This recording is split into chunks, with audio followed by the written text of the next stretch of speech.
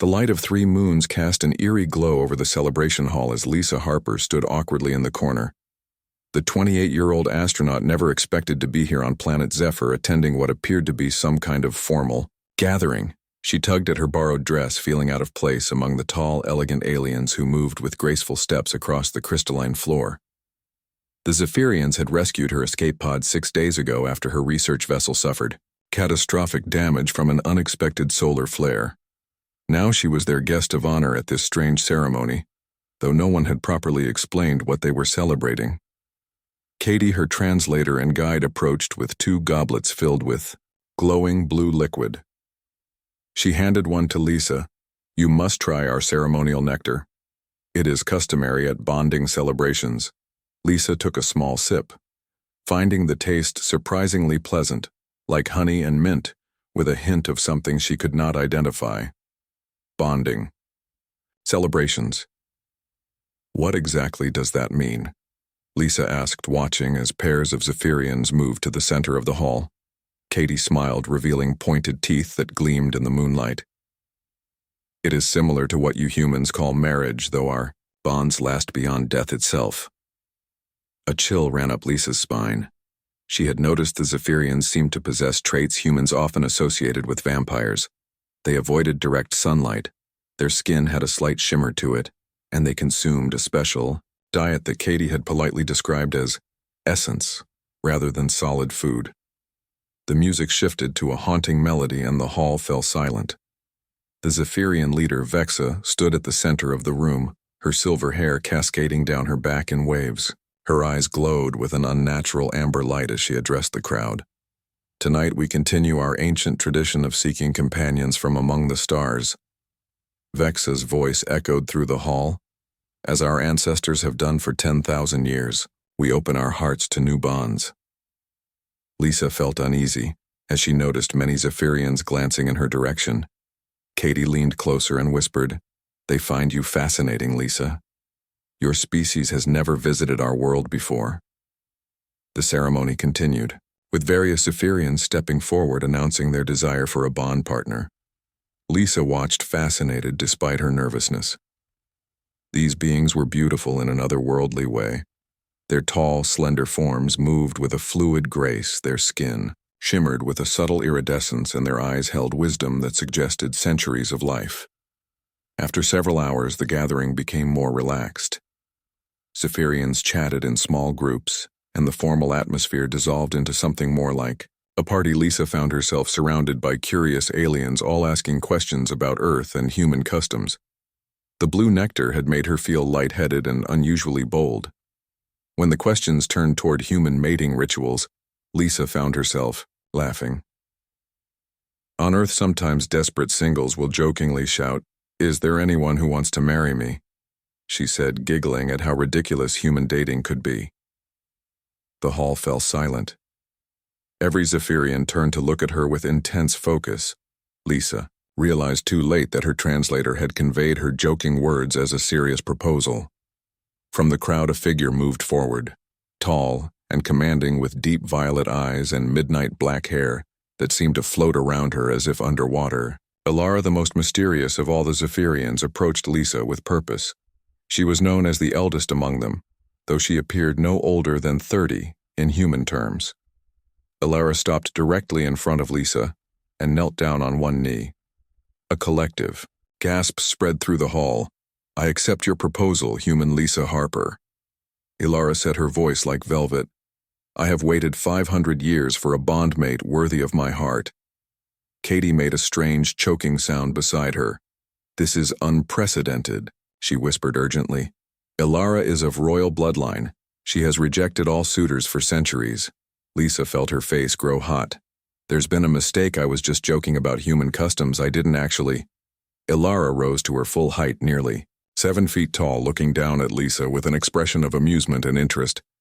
"I understand human humor, Lisa Harper. But I have made my choice. My heart recognizes what my mind has been seeking." The Zephyrian leader Vexa approached, looking both shocked and pleased. "This is a momentous occasion, the joining of our worlds through the royal line. The prophecy speaks of this." Prophecy. What prophecy? Lisa asked, her heart racing. Vexa gestured toward ancient symbols carved into the crystalline walls. It was foretold that a visitor from a distant world would bond with our royal house, bringing new strength to our bloodline and forging an alliance that would protect both our peoples from the coming darkness. Lisa looked from Vexa to Alara, feeling overwhelmed. I'm just a research scientist. I'm not qualified to fulfill any prophecy, and I don't even know what this bonding entails. Alara's violet eyes softened. The bond is not forced, Lisa Harper. It must be entered willingly by both parties. But know that my people face extinction. We have a genetic flaw that grows more pronounced with each generation. Your human DNA could be our salvation. And what would I get from this arrangement? Lisa asked, surprised by her own boldness.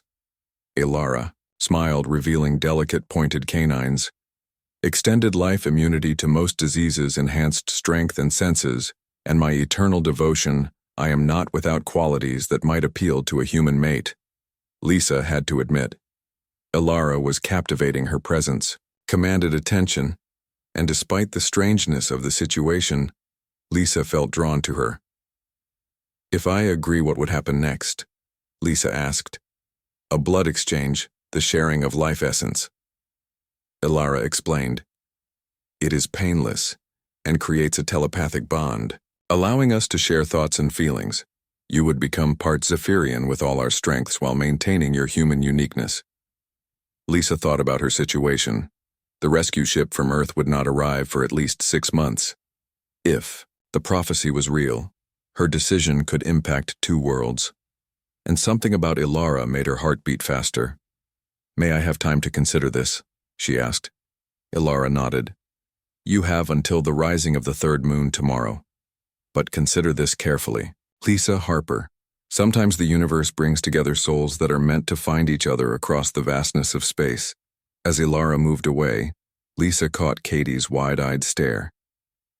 Do you realize what just happened? Katie whispered. You've captured the heart of the most powerful Zephyrian in our history. And if the prophecy is true, you may save both our worlds.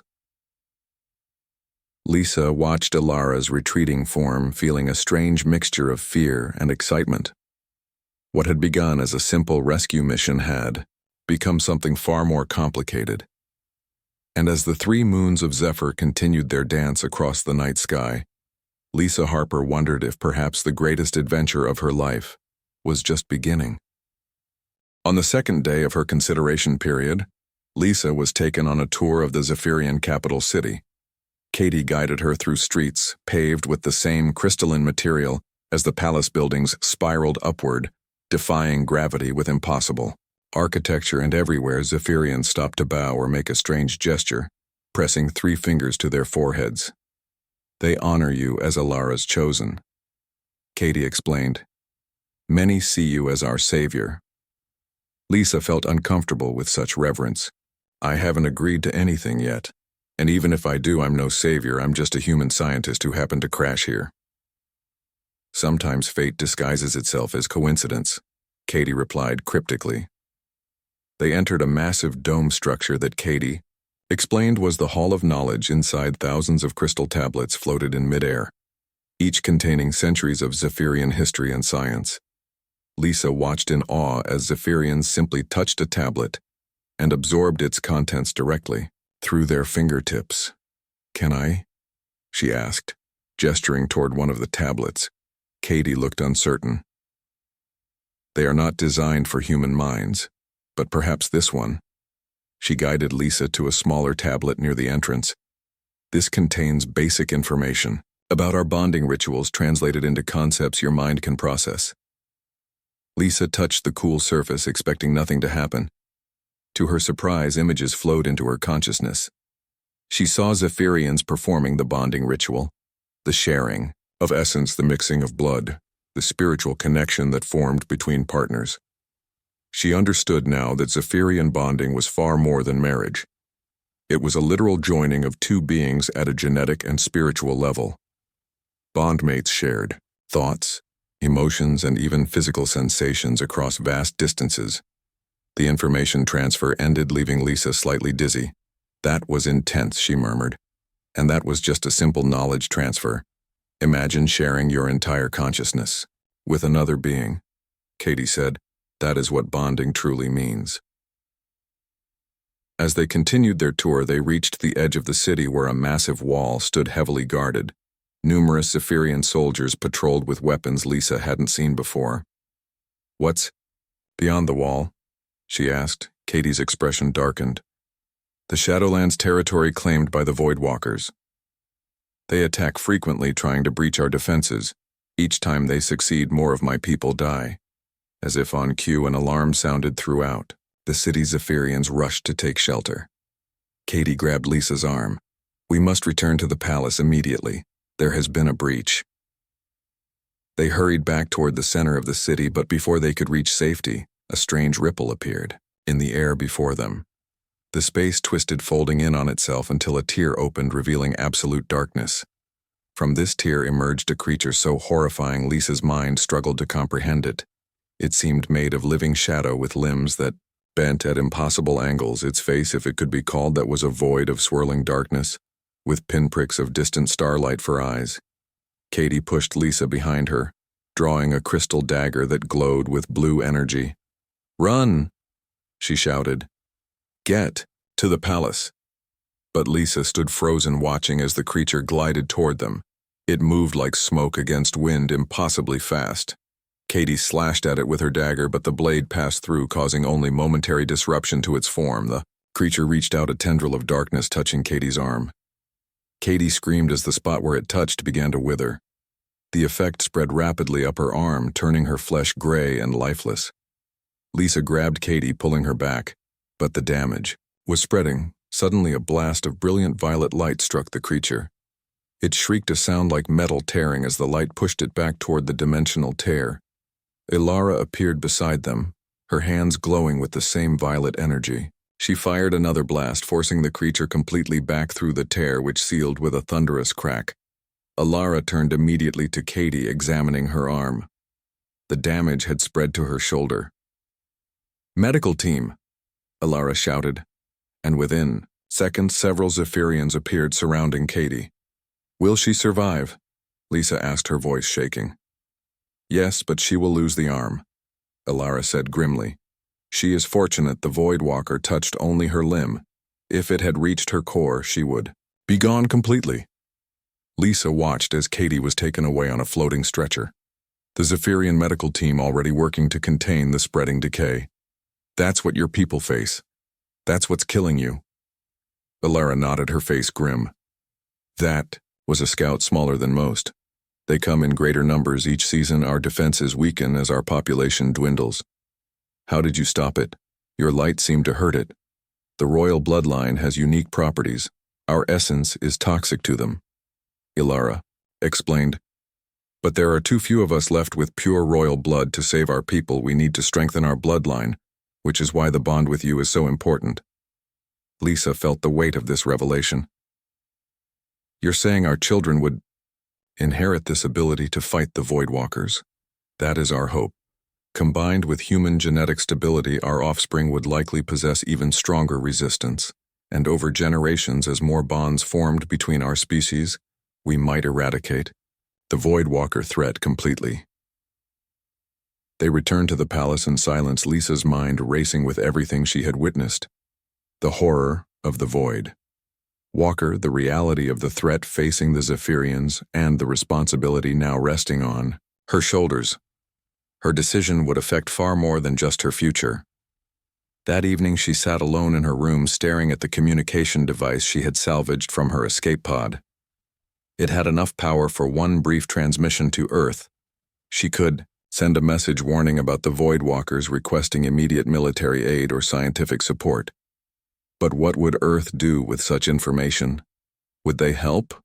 Or would they see Zephyr as a potential threat to be neutralized? Soft knock interrupted. Her thoughts. Ilara entered, carrying a small box wrapped in shimmering fabric. I have brought you something, she said, placing the box beside Lisa. A gift from my personal collection. Lisa unwrapped the fabric, revealing an ornate box made of some dark wood-like material. Inside, nestled on soft fabric, was a pendant. A small crystal vial similar to the one containing Ilara's essence hung from a chain of intertwined silver and gold.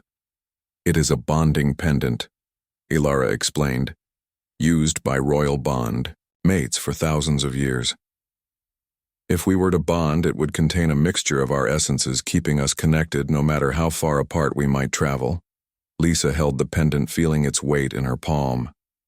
"It's beautiful, like the wearer," Ilara said softly, her violet eyes meeting Lisa's. For a moment they sat in silence, the air between them charged with unspoken emotion. Lisa felt herself drawn to Ilara in ways that defied logical explanation. It was more than physical attraction, though. The alien woman was undeniably beautiful. It was a connection that seemed to transcend species, a recognition of something familiar in someone so fundamentally different.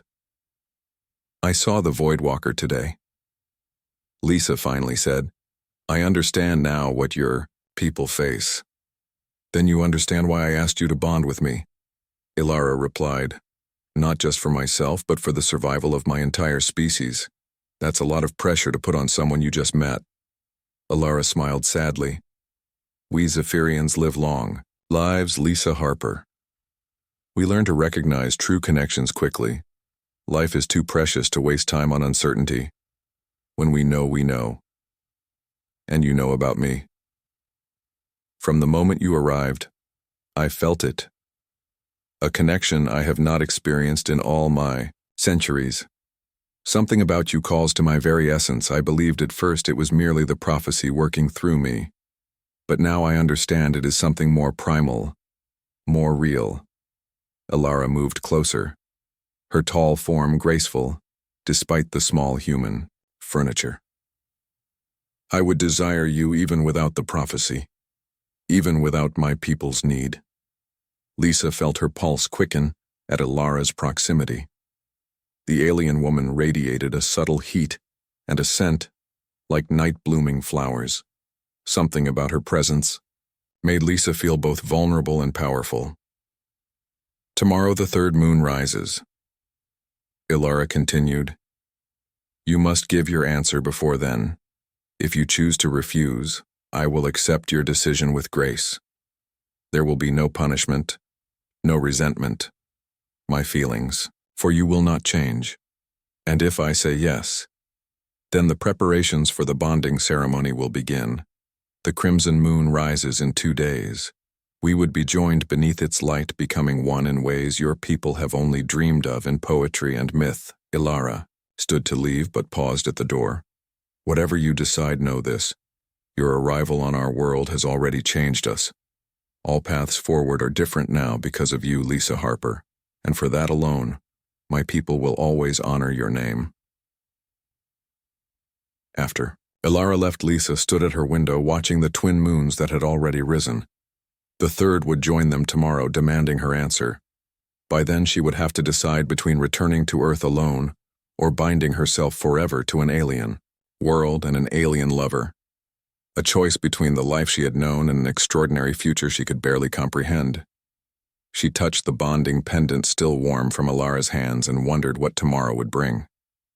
The next morning, Lisa awoke to find a small crystal vial beside her bed, filled with shimmering red liquid. A note written in flowing script explained it was a gift from Ilara, a small sample of her essence to help Lisa understand what bonding truly meant. Katie arrived shortly after with a tray of fruit and a steaming cup of something that smelled like cinnamon. "Did you sleep well?"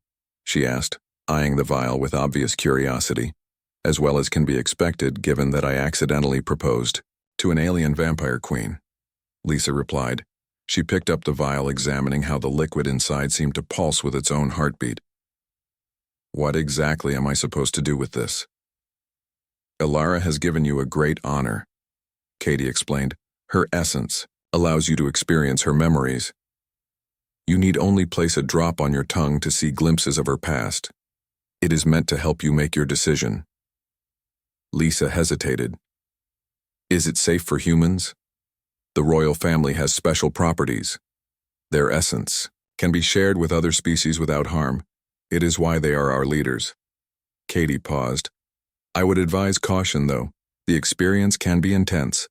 After Katie left, Lisa sat holding the vial, debating whether to try it. Curiosity eventually won out. She carefully opened the crystal container and let a single drop fall onto her tongue. The effect was immediate.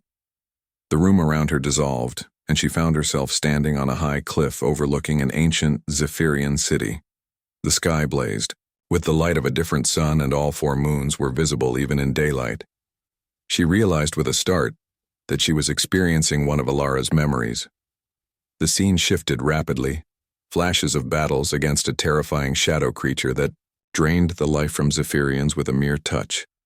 She felt Alara's determination, her centuries of fighting to protect her people. She saw the gradual decline of their population, the genetic degradation that made each generation weaker than the last. Then came images of Alara studying the stars, searching for other worlds with compatible life forms. Years spent learning about humans, collecting data from distant observations. The hope that someday contact might be made. The loneliness of centuries, lived without a true bondmate. The visions faded, leaving Lisa gasping on her bed, her mind reeling from the experience. She now understood the desperation of the Zephyrians. Their species truly was facing extinction without outside help. And she had felt Alara's loneliness, a solitude that spanned centuries. A soft knock at her door interrupted her thoughts. Lisa opened it to find Alara, standing there tall and regal in a flowing silver gown. You experienced my memories, Alara stated rather than asked. She could clearly sense what Lisa had done. Yes. Lisa nodded, inviting her in. I had no idea your people were suffering so much, and those shadow creatures, what are they? We call them void walkers, Alara explained, sitting gracefully on the edge of a chair that seemed too small for her frame. They began appearing 3 centuries ago, drawn to our life force. They can drain a Zephyrian completely, leaving nothing but dust. Our weapons are largely ineffective against them as they exist, partially in another dimension. And what does this have to do with me? Lisa asked. How could bonding with a human help? Humans have something we lost generations ago, a natural resistance to dimensional shifting. Your cellular structure is remarkably stable. Human DNA combined with ours could potentially create offspring immune to the Void Walker's touch. Alara leaned forward. But this is not the only reason I chose you, Lisa Harper. What do you mean?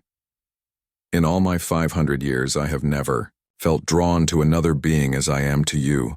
There is a light in you, a resilience that calls to me. It is what we call soul recognition, extremely rare, even among our own kind. Lisa felt her heart flutter at Alara's words. Despite the strangeness of the situation, she could not deny the attraction she felt. Something about Alara pulled at her in ways she had never experienced with anyone on Earth. What if I say yes? What happens to me? Lisa asked. Would I ever return to Earth? You would be free to travel between worlds as my bondmate. You would age much more slowly with an expected lifespan of several centuries. Your physical strength and senses would be enhanced. And yes, you could return to Earth, though you would need to be careful about sun exposure. Alara explained. The bonding itself would take place during the crimson moon, which rises in 3 days. 3 days. Lisa exclaimed. That's not much time to decide the rest of my life. The crimson moon appears only once every 50 years. It creates the optimal conditions for cross-species bonding. Alara rose from her seat, moving to stand by the window. I understand your hesitation, Lisa Harper.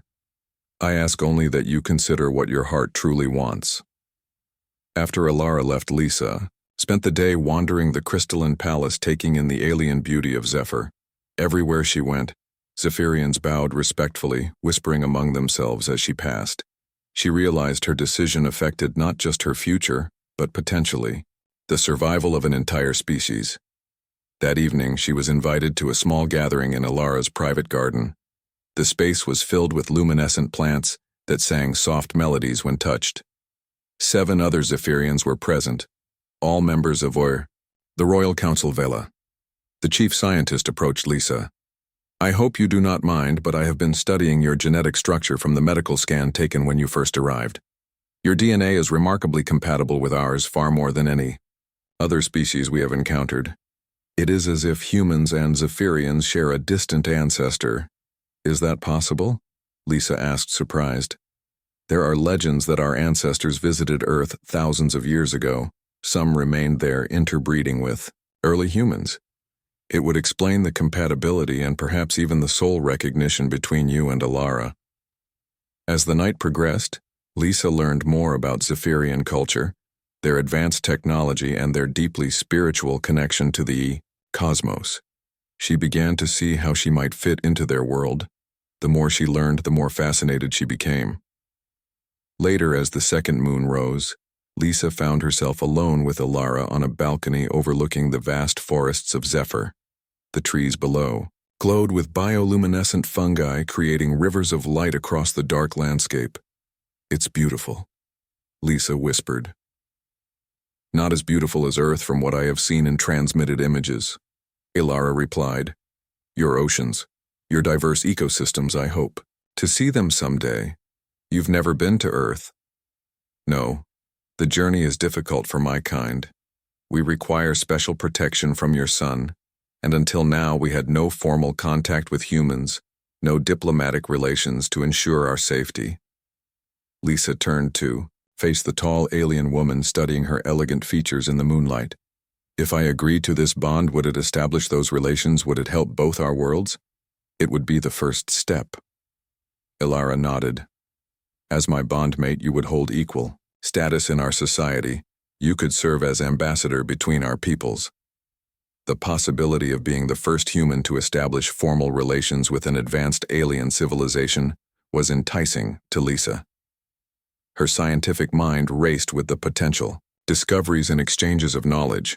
I still need more time to think, Lisa said. Of course. Alara reached out hesitantly, then gently touched Lisa's cheek with long, graceful fingers. But know this, whatever you decide, I am honored to have met you, Lisa Harper. Your courage in facing an unknown world alone speaks volumes about the strength of humanity. That night, Lisa dreamed of Earth and Zephyr merging in swirls of blue and green. She saw herself standing between worlds, a bridge connecting two vastly different species. She woke with tears in her eyes, though she could not say whether they were from sorrow or joy. Her decision was approaching, and with it a future she never could have imagined. Lisa woke before dawn, unable to sleep with her decision looming. She dressed in the Zephyrian clothes provided for her, a simple tunic and flowing pants made of a silky material that adjusted to her body temperature. She needed to clear her head, to think without the constant presence of curious Zephyrians or the intense gaze of Alara. She slipped out of her room, finding the palace hallways nearly empty in the early morning hours.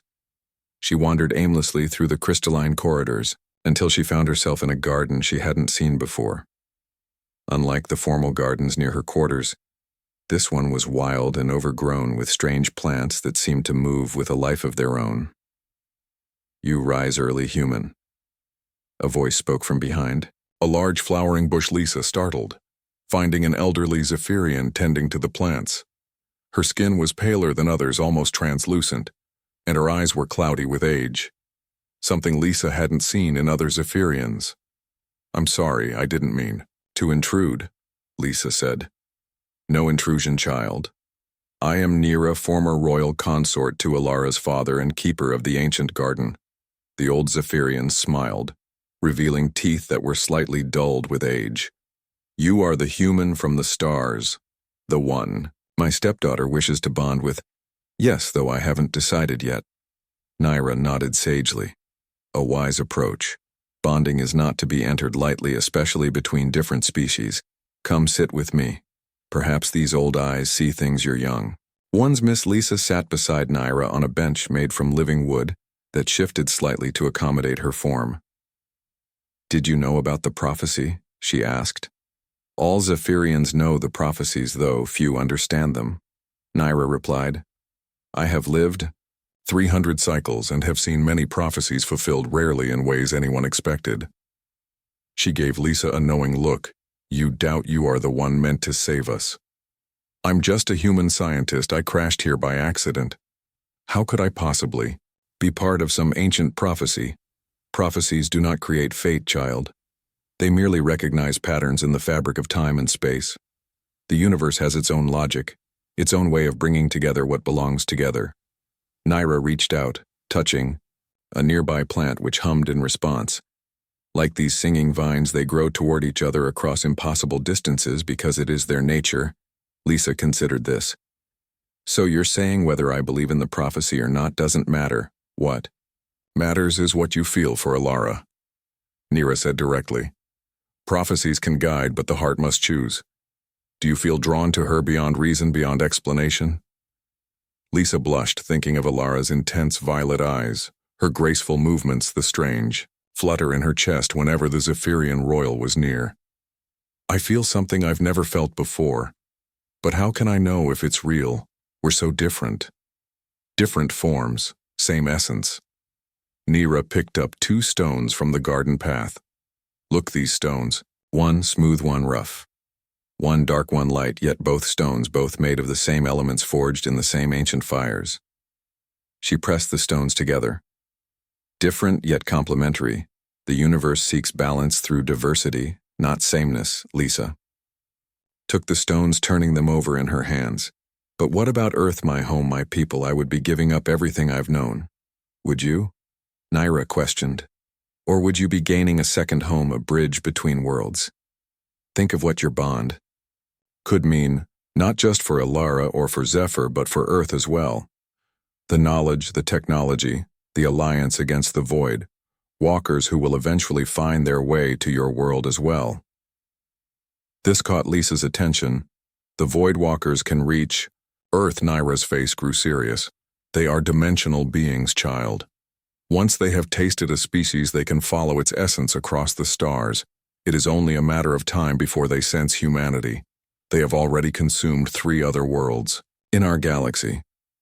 Lisa felt a chill run through her. The thought of those shadow creatures attacking Earth was terrifying. So bonding with Alara wouldn't just save the Zephyrians, it could help protect Earth too. Now you begin to understand the true nature of the prophecy. It speaks not of one world saved, but of many worlds united. Naira stood with surprising agility for her apparent age. Come, I will show you something few outsiders have seen. Naira led Lisa deeper into the garden to a secluded grotto. Hidden behind cascading vines was a small pool of water so clear it was nearly invisible. The surface reflected the early morning sky, perfectly creating the illusion that the pool was actually a window to another dimension.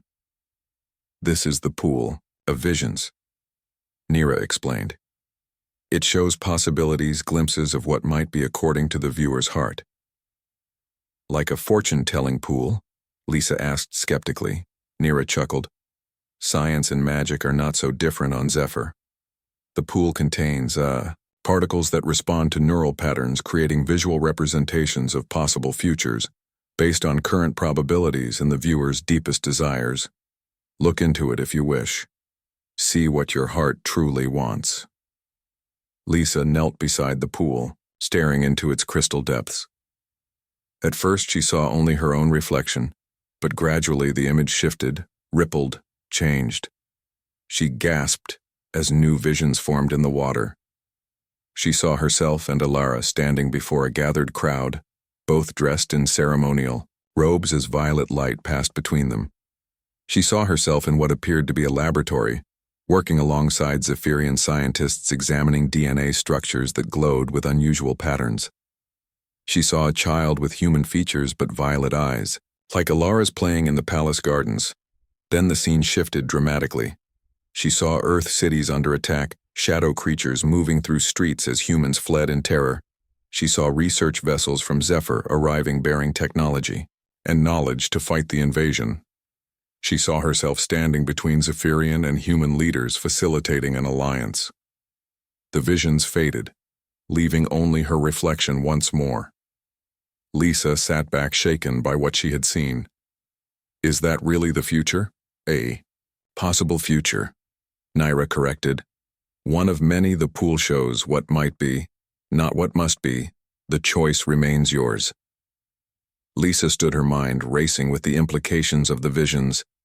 Thank you for showing me this. I think I understand better now. And, have you made your decision? Nira asked. Not yet, but I'm closer. Lisa replied honestly. As the sun rose fully above the horizon, Lisa returned to her quarters, finding Katie waiting for her. The Zephyrian translator's arm was now encased in a regenerative field, a glowing blue energy that was slowly restoring the damaged tissue. You're healing, Lisa exclaimed, relieved. Yes, though not completely. Our medicine can repair some Voidwalker damage, but never all. Katie explained. I will always bear the mark of their touch, but I am fortunate many do not survive at all. Lisa felt a renewed sense of the stakes involved in her decision. Katie, as my guide, I need you to be honest with me. What would bonding with Alara really mean? Would I become just a genetic resource for your people, or would I have my own agency, my own purpose here? Katie considered the question carefully. Bonding is sacred to us, Lisa. It is never used merely as a means to an end. Those who bond become one in spirit while remaining two in body.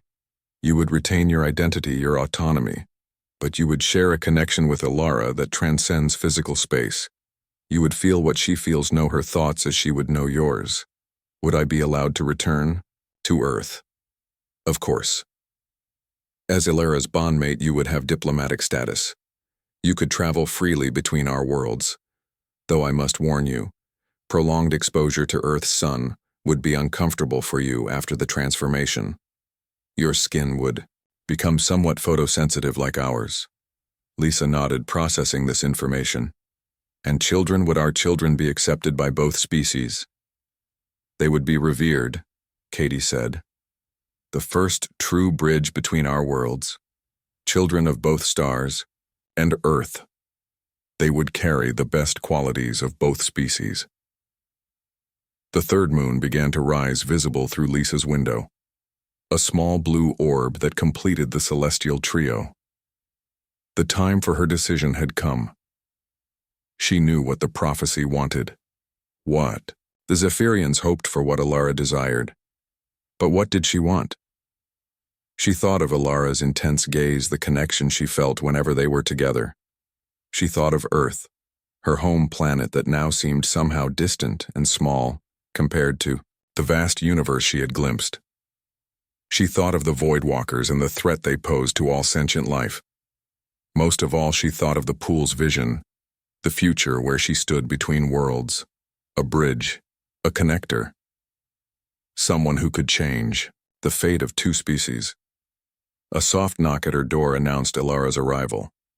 The tall royal entered, her violet eyes immediately finding Lisa's. The third moon rises. She said simply, Have you reached your decision? Lisa took a deep breath, feeling the weight of worlds on her shoulders, but also feeling strangely calm, as if her heart had known the answer all along. She stepped forward, taking Alara's hands in her own. The Zephyrian skin was cool to the touch but warmed quickly against her. Human heat. I have, Lisa said, meeting those ancient violet eyes with steady determination. I accept your proposal, Alara of Zephyr. I will bond with you beneath the crimson moon. A look of joy so profound it transcended species differences spread. Across Alara's face, you honor me, Lisa Harper of Earth. Together we will write a new chapter in the history of both our worlds.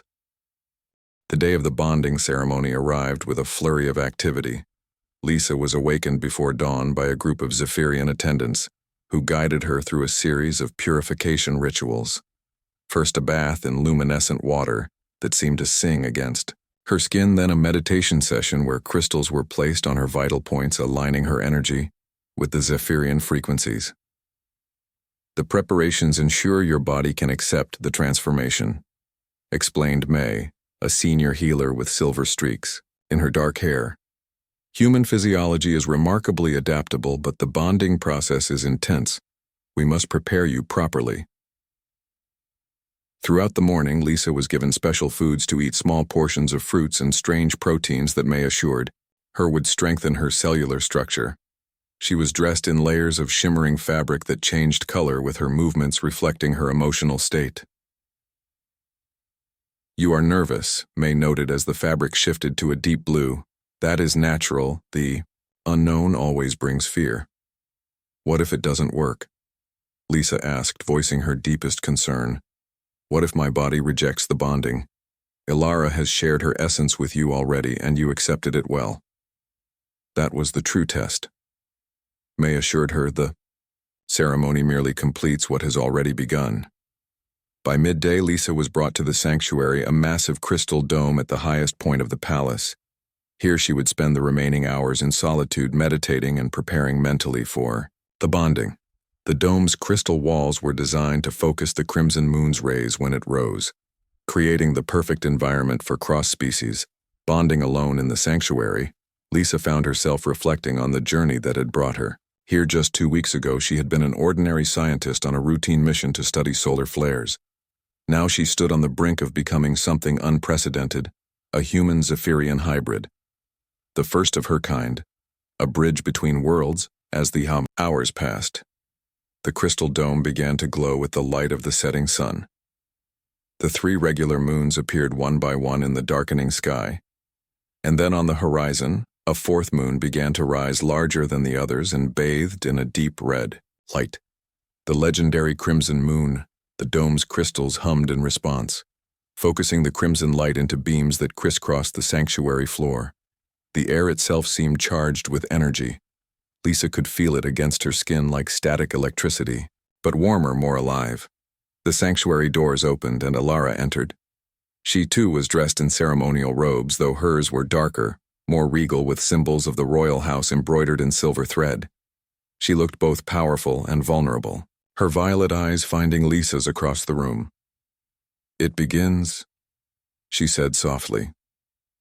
Behind her came Vexa, the Zephyrian leader, Katie, with her arm now mostly healed, Naira, the elder royal consort, and several other high-ranking Zephyrians.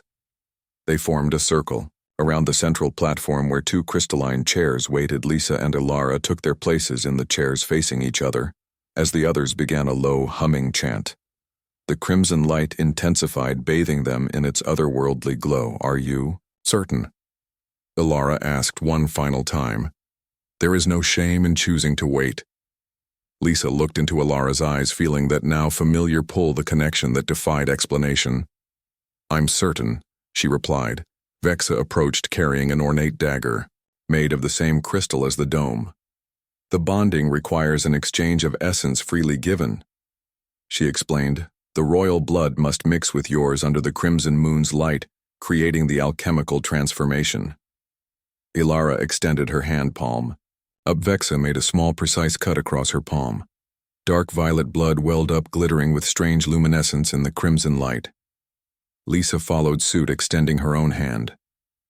The crystal blade was sharper than she expected, barely causing pain. As it sliced across her palm, red human blood pooled in her cupped hand. "Now join your essence with mine," Ilara said, her voice deep with emotion. "Let our blood mix as our souls already have."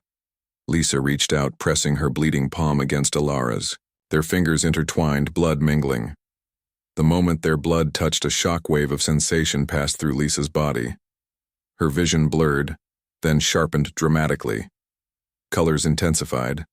Sounds became clearer. Even the subtle scents of the sanctuary were suddenly vivid and distinct. Then came the mental connection. She could feel Ilara's presence in her mind. Gentle but unmistakable images flashed between them. Shared memories, emotions, sensations. Lisa saw Ilara's centuries of life compressed into moments, felt her joys and sorrows, her hopes and fears. And Ilara in turn experienced Lisa's shorter but equally rich human life. Her curiosity, her determination, her capacity for love. The physical transformation began next. Lisa felt it as a warmth spreading from her hand up her arm and throughout her body. Her skin tingled, then seemed to settle into a new configuration, slightly firmer, more resilient. Her senses continued to sharpen her vision, extending into spectrums she had never perceived before. The Zephyrians around them chanted louder, the sound vibrating through the crystal dome, enhancing the effects of the crimson moon. The light focused more intensely through the crystals, creating a cocoon of crimson energy around. The bonding pair. Lisa gasped as she felt her DNA itself restructuring the human and Zephyrian genetic codes, finding harmony merging in ways that should have been impossible, yet somehow felt inevitable. The process was neither painful nor pleasant. Simply overwhelming, her consciousness expanded, touching Alara's until it became difficult to tell where one ended and the other began. Breathe through it. Alara's voice, both spoken and mental, guided her. Let the transformation flow, do not resist. Lisa surrendered to the process, feeling her body change on the cellular level. Her eyes burned briefly, then settled into enhanced vision with a slightly violet tinge. Her skin developed the subtle iridescence of the Zephyrians. Her blood now carried traces of their essence, giving her new strengths, new abilities. The process reached its peak as the crimson moon aligned perfectly with the crystal dome. The entire sanctuary blazed with red light so intense it seemed solid. The Zephyrians' voices rose in a final triumphant chord, and then silence fell. Slowly the light faded, leaving only the normal glow of the 4 moons. Lisa blinked, looking down at her hands. They appeared mostly the same, but now bore the faintest shimmer beneath the skin. She could feel the difference, though. The enhanced strength, the heightened senses, and most of all the connection to Alara, a telepathic bond that hummed between them like a perfectly tuned string. It is done, Vexa announced. The bonding is complete. You are now joined in blood, essence, and spirit. What the stars have brought together, let no force in the universe tear asunder. The gathered Zephyrians bowed deeply. Lisa could feel their mix of emotions: respect, joy, hope, relief. Their minds touched. The edges of hers not as deeply as Alara's, but perceptible nonetheless. She realized with a start that she could sense all Zephyrians to some degree, though Alara's presence was by far the strongest. How do you feel? Alara asked, both aloud and mentally. Different, complete, Lisa replied, finding it natural to respond in both ways simultaneously. I can feel you in my mind. And you, Alara smiled. The bond will strengthen over time. You will discover new abilities as your body fully integrates the changes. They rose from the ceremonial chairs, hands still joined. The assembled Zephyrians cheered, breaking the solemn atmosphere. The bonding was complete. Lisa Harper of Earth was now also Lisa of Zephyr, bondmate to the royal heir and living fulfillment of an ancient prophecy. The celebration continued late into the night. A feast was held in the Great Hall with all the city's residents in attendance. Lisa found herself the center of attention, yet she was no longer uncomfortable with it. She could sense the genuine joy and hope her presence brought to these people. Her people now later. As the moons began to set, Alara led her to their new shared quarters, a spacious suite at the top of the palace's eastern tower. The walls were lined with bookshelves, containing volumes from both Zephyr and Earth. A large communication array stood in one corner. A gift, Alara explained. When Earth's rescue ship arrives in 5 months, you will be able to establish proper diplomatic channels and visit your homeworld whenever you wish. Lisa touched the equipment gratefully. You've thought of everything. I have had 5 centuries to learn thoughtfulness. Alara smiled. And now we have many centuries together to learn each other. Lisa felt the bond between them pulse with emotion. She could sense Alara's deep affection, her hope for their future together, the relief that the bonding had succeeded. She reached out both physically and mentally, drawing the tall Zephyrian close. I still can't believe a joking comment at a party led to all this, Lisa said with wonder. The universe works in strange ways, Alara replied, her violet eyes shimmering in the dim light. Sometimes the most profound truths are spoken in jest. As the first light of dawn appeared, on the horizon, Lisa stood with Alara on their private balcony, gazing out at the world that was now her second home. She could feel the subtle changes in her body continuing to develop, the enhanced vision that now perceived colors beyond the human spectrum, the strengthened muscles and bones, the slight telepathic awareness of the city below.